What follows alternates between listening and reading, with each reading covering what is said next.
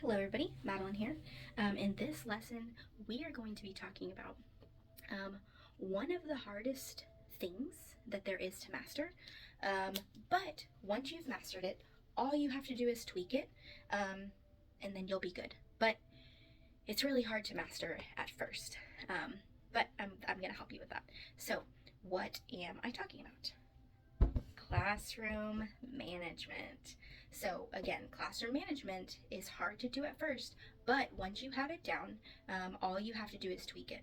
Now, you might be thinking, what do you mean I have to tweak it? Well, one classroom management style might work really well for maybe a particular grade level, and maybe you're switching. Or one classroom management style might work really well for a certain class, meaning like your class last year, this worked for them, but it may not work for your class this year, even if you are at the same grade level. Um, every mixture of students is different, and sometimes it is going to require you to adjust. But again, once you kind of have a solid foundation of what to do, then adjusting it is easy. Um, unless you're like me and I just like to experiment with new things every year, so I adjust every year. But not everybody's like that. They might just try one time and then just tweak that, and that's fine too. Everybody is different, and everybody's classroom management is different. So I encourage you to try new things because you never know when you might find the thing that works for your classroom. So, classroom management. When people hear these two words together, it actually often reminds them of one word, and that would be behavior. But behavior is only a component of classroom management. It is not the classroom management. And I truly feel like classroom management can be broken into two parts. And the funny thing is, this first part actually helps with the second part. So if you have a really good routines and procedures handle, then that's really actually going to help you with your behavior, which is component number two. Okay, I'm kind of writing weird. Because as being an instructional coach last year, I actually realized that a lot of the routines and procedures could have solved a lot of the behavior problems. I just don't think people really realized how big of an impact that had. So let's first talk about what are routines and procedures, and they kind of sound like they mean the same thing, but they don't. They're just a little bit different. So a routine is something that you want done in your class, and the procedures are the steps to accomplish what you want done. So, for example, if we're going to line up to go to the library, that's the routine. Okay, now the procedure are the steps.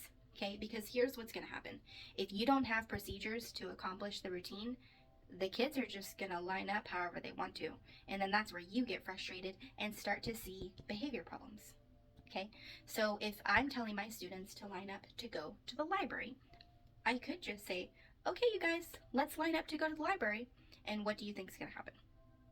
If I haven't taught the procedures on how I want them or how I expect them to line up, I'm going to start seeing behavior. For example, running, trampling, pushing, shoving, maybe hitting. That's going to trigger behaviors I don't want to see. Where if I just told them how I wanted them to line up, then that could have solved a lot of problems. So again, example, okay, you guys, we're going to line up to go to the library. I want you to maybe I ask them to go in number order. So I'm going to call you in number order, and you are going to walk, grab your library book, and get in your line order on 0. So walk, grab your library book, line order on 0.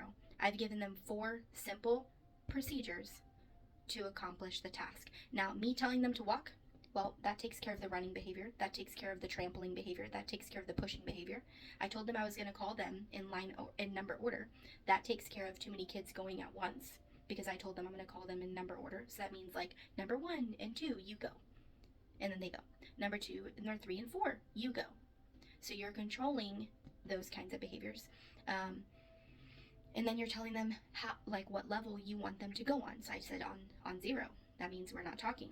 So then that controls like yelling behavior. So a lot of your routines and procedures that you have set up in your classroom will take care of your behavior problems. So don't be scared of classroom management. The other thing about classroom management and routines and procedures is you have to think, you have to go, it's very detailed and tedious process.